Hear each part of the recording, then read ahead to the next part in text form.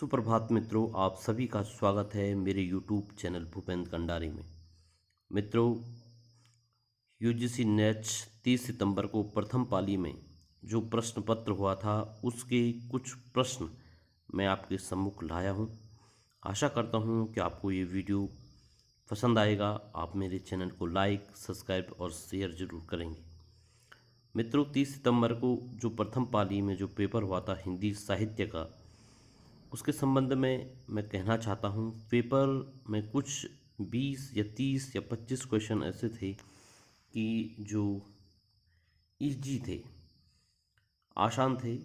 लेकिन मित्रों, उसके बाद जो पेपर का जो लेवल था वो थोड़ा सा उच्च था।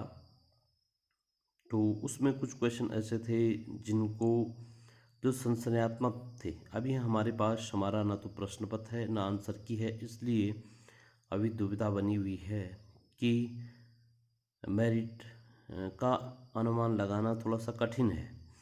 फिर भी जो मैं चुनिंदा 10 प्रश्न आपके बीच में लाया हूँ वो सरल थे। फिर भी मैं एक बार आपके बीच में जिक्र कर रहा हूँ। आवारा मसीहा किसकी जीवनी थी, ये प्रश्न पूछा गया था। तो मित्रों, ये है शरत चंद्र की जीवनी थी। अगला क्वेश्चन पूछा गया था द्वैतवाद के प्रवर्तक कौन थे। तो द्वैतवाद के जो प्रवर्तक ही वो माधवाचार्य थे। आपने देखा भी होगा द्वैतवाद माधवाचार्य।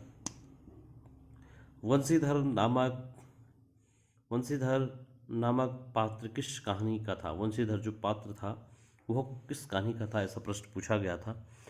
तो वो जो पूछा गया था वो दुलाई वाली कहानी थी जो नेट के प्रश्न पत्र में लगी है, उससे ये पूछा गया था।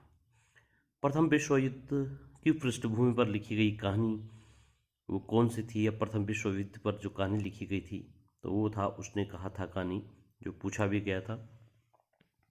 अगला जो प्रश्न आता है वो आता है कि हरवंश राय बच्चन ने अपनी किस आत्मकथा के किस भाग में अपने पूर्वजों का वर्णन किया। तो मित्रों, जो हरवंश राय बच्चन है उन्होंने अपनी आत्मकथा को 4 भागों में लिखा है, आपने पढ़ा भी होगा।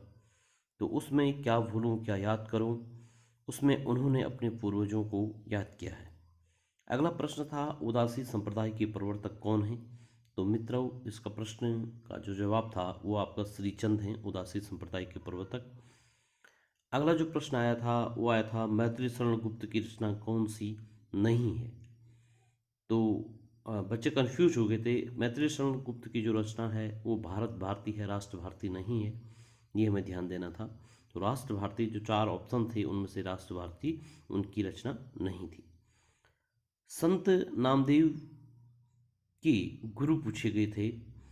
तो संत विशोबा खेचर जो थे वो आपका इनके गुरु थे। कौन सी आर्य भाषा नहीं है, तो ये प्रश्न आपने देखना था।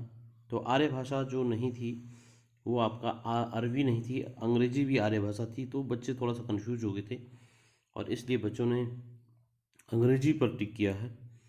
अधिकांशतः बच्चों ने अंग्रेजी पर टिक किया है और उन बच्चों में मैं भी शामिल हूँ, मैंने भी अंग्रेजी पर टिक किया है, लेकिन वो गलत है। इसका आपका अरबी है।